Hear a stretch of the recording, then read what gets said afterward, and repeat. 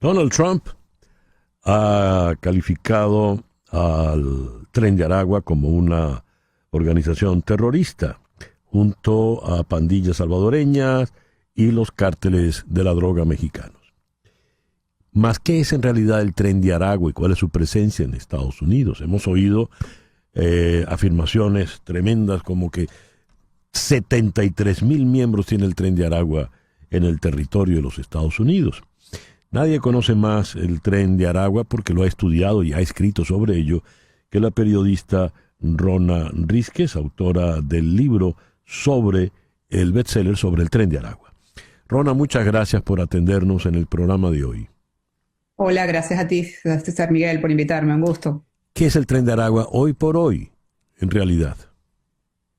Bueno, es varias cosas. Uno, se convirtió en la organización criminal más importante y poderosa de Venezuela.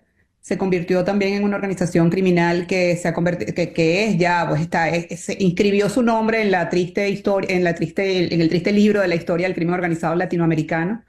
Si hablamos hoy en día del Tren de Aragua, estamos hablando de un grupo que está ocupando lugares que en algún momento, ojo, mediáticamente hablando, digo, ¿no? Uh-huh. No en cuanto a sus acciones, sino mediáticamente hablando.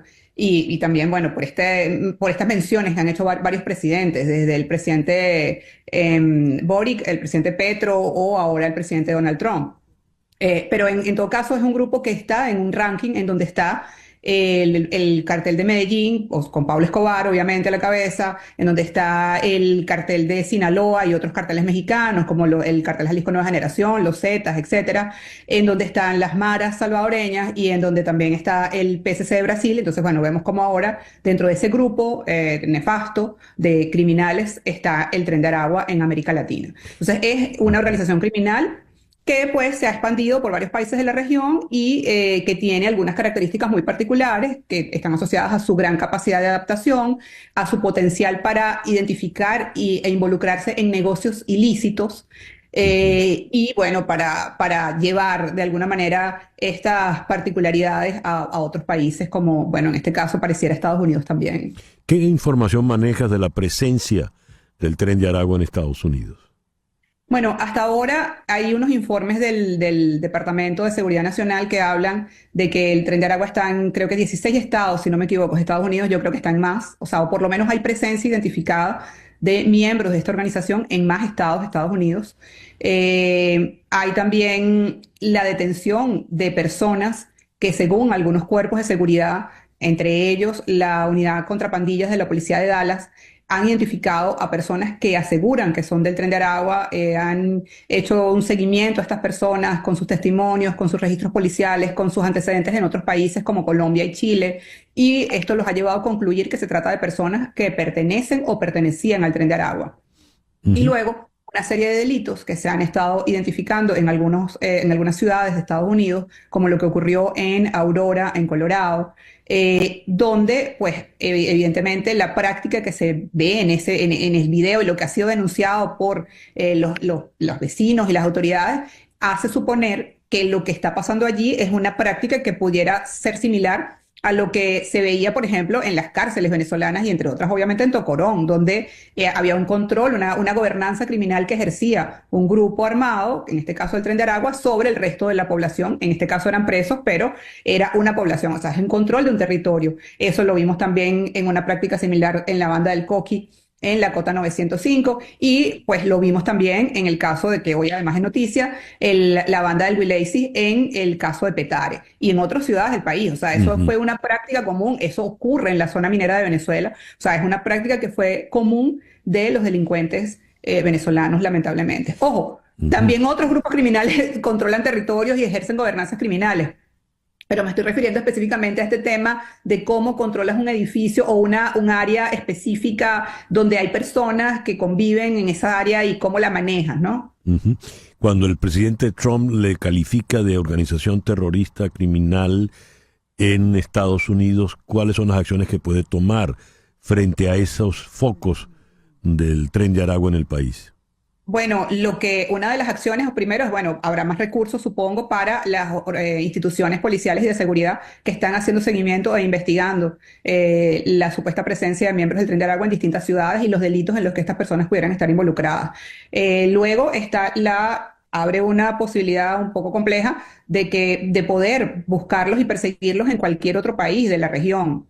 Y luego, pues, lo que ha anunciado el propio presidente ahora, que son las deportaciones de personas que estén involucradas en delitos de manera casi que inmediata, ¿no? ¿Cómo sabemos que alguien es del Tren de Aragua? Porque el detalle está en que pasamos los venezolanos a estar estigmatizados en Estados Unidos. ¿Cómo se sabe? Usted es venezolano, sí, perfecto. Pero ¿cómo puedo yo saber que este venezolano es del Tren de Aragua y este no? Sí, justamente allí es donde está el punto difícil y complejo de toda esta situación. Lamentablemente, esto que está pasando y las medidas y las acciones que ha anunciado el presidente Trump pudieran ser utilizadas para estigmatizar y para criminalizar a la migración venezolana. Es algo que hemos venido denunciando desde ya hace varios meses, pero también hay que ver, yo creo que hay que verlo en las dos vías, ¿no? Obviamente ese es un riesgo, es gravísimo que eso pueda ocurrir. Creo que no es fácil, creo que una de las tareas, yo sé que a lo mejor cada quien dice, bueno, yo investigo como quiero, yo trabajo como quiero, yo no soy policía, por ejemplo. O sea, los policías hacen su trabajo a su manera. Pero sí creo que es muy importante y en el caso de Estados Unidos, pues es un país donde se ha caracterizado por un sistema de justicia que funciona aparentemente o medianamente bien, ¿no? O sea, hay cosas positivas. Yo creo que lo más importante es que se haga una verdadera investigación, o que se identifique, que se compruebe, que se corrobore, no con un tatuaje. O sea, un tatuaje no es una cosa que determina que una persona sea de una pandilla o no. Hoy en día muchos tatuajes se ponen de moda y lo tienen muchas personas, desde famosos hasta personas que efectivamente están involucradas en delitos. Entonces creo que un tatuaje no es algo que determine.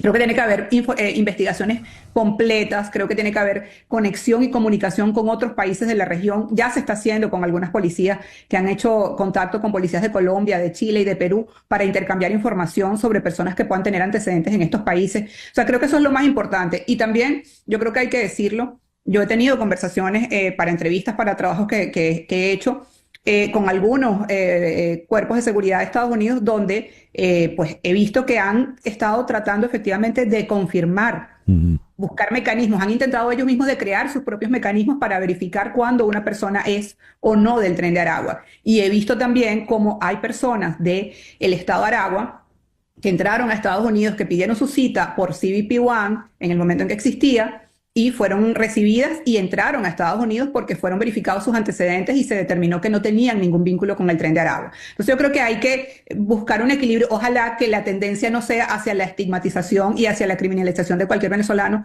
y ojalá que sí se investigue y sí se utilicen mecanismos certeros para identificar a las personas que efectivamente pertenezcan no solo al Tren de Aragua, sino a cualquier organización criminal que pueda estar operando en Estados Unidos. Rona, muchísimas gracias por estos minutos en la mañana de hoy. Gracias a ti, César. Rona Rísquez es periodista de investigación y autora del libro, el bestseller sobre el Tren de Aragua. Una pequeña pausa y ya regresamos en Conexión. Continuamos en breve con César Miguel Rondón en Conexión por Éxitos 107.1 FM.